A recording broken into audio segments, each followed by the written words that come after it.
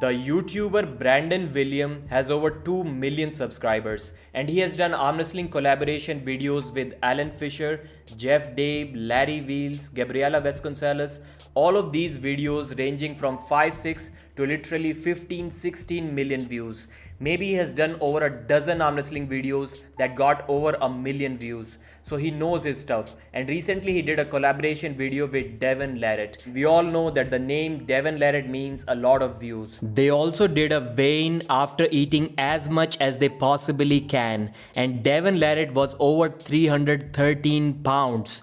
So even if we exclude what he recently ate and what he is wearing, he was still well over 305 pounds. We have to keep that in mind that this video was shot a couple of weeks before King of the Table. He wasn't there just for the collaboration though. He was going to compete in an arm wrestling tournament, his first ever tournament, a couple of weeks later, a couple of weeks after this video was being shot. And it was shot about 2 weeks before King of the Table. So he was out there to learn some stuff from Devon, and Devon basically taught him 3 exercises. His 3 best exercises that he himself does. First one was the pronation lift, then the second one was cupping, and the third one was his grip stuff, which Devon does with that D handle or whatever it is called, some little reps. All of these were little micro reps, as I would like to call them. And once Devon started teaching him the first lift, the pronation lift, after 1 inch of movement, Devon was like, that's it, you should stop there. My genuine reaction, I won't be lying, I may get some hate, but I cannot lie to you. My first reaction was, man, I can be a better coach than Devon. The way he was coaching him, at least in terms of the exercises. When you have a beginner who is going to compete in a couple of months or a couple of weeks in this case, you tell them to be fast. You tell them to have good reaction time, to drag your elbow. That's a difficult part to learn. And then cheat in the setup, which fortunately Devon taught him. So maybe it wasn't that bad overall. After all, he won his left-handed tournament. He didn't show the result of the right-handed one. Maybe he lost there. But overall, a good video, fast-paced. Definitely something that the beginners or the new fans are going to like. Then Levan Saginashvili shared a video where he was doing about 12 reps with 110 kilos on the bicep curl exercise, the cheat curl exercise as we like to call it. How are we just assuming that Levan is going to destroy Hermes Gasparini? Name a single exercise in which Levan is lifting more weight now than what he was lifting back when he first faced Hermes Gasparini. You cannot name one. So he's not the strongest that he has ever been. And Levan is someone who gauges his strength, who measures his strength with the gym lifts that he's doing. So as per himself, he's not the best that he has ever been. So Dave Chaffee recently posted something on his Instagram page. It's not recent news. He literally posted it maybe 3, 4, 5 days ago. But the main thing was, after he was thanking everyone who let him compete at East versus West, he talked about Georgy Svetkov, how strong he was. Then he said that maybe it's time to go down to 115 kilos. And as you must remember, or may remember I should say, I was the one who was saying for well over a year that Dave Chaffee should go down to 115. If he ever wants to be top 10 in the world again, he needs to do that. And guys like Dave Chaffee, who were literally maybe top 3 in the world at one point of time, they cannot lose every single match just for the sake of money. I know they are getting good money, but losing again and again, it can hurt your ego. It can hurt your soul. It's not good for you.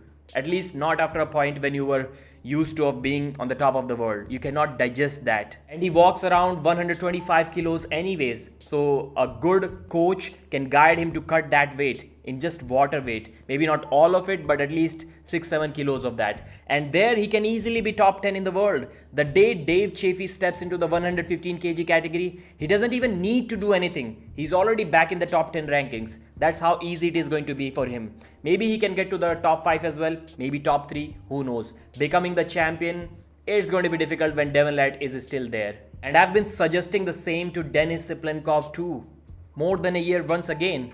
Dennis also walks around now literally when he's off juice, he's 120 kilos max. So for him to cut weight, it's not going to be that difficult. But he likes to first juice up, then get to 127, 128 kilos, then compete while risking his health. But he simply won't compete in the 115 kg division because he doesn't feel strong without that extra sauce. That's literally what it means when he says that he's not going to cut weight to 115 kilos. Otherwise, there is no reason. For guys like Hermes Gasparini, there is a reason. Hermes is also a 115 kg guy. He should be there. But he's literally top 3 in the world. Devon Larratt can do that. He's number 2 in the world. He can also be a 115 kg guy. He has been that guy, even recently. But these two can afford because they're still top 3 in the world. Denis Iplankov cannot. He's never going to be top 3 in the world. Then we have a news from East versus West. So the qualifier finals for this year are going to be held in Istanbul, Turkey. The event is going to be Hotel Pendik, which always used to be the East versus West event. And it is going to happen on May 9th, Friday.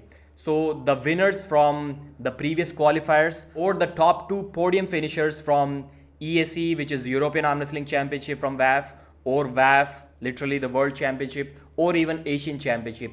If someone finished top 2 in these 3 competitions, they automatically qualify for the finals. And now they have to win the finals in these categories: 70 kilos, 77, 85, 95, 105 and 105 plus to get a shot to compete at East versus West. And finally, we're going to talk about the Q&A video which Brian Shaw posted with Todd Hutchings on his YouTube channel.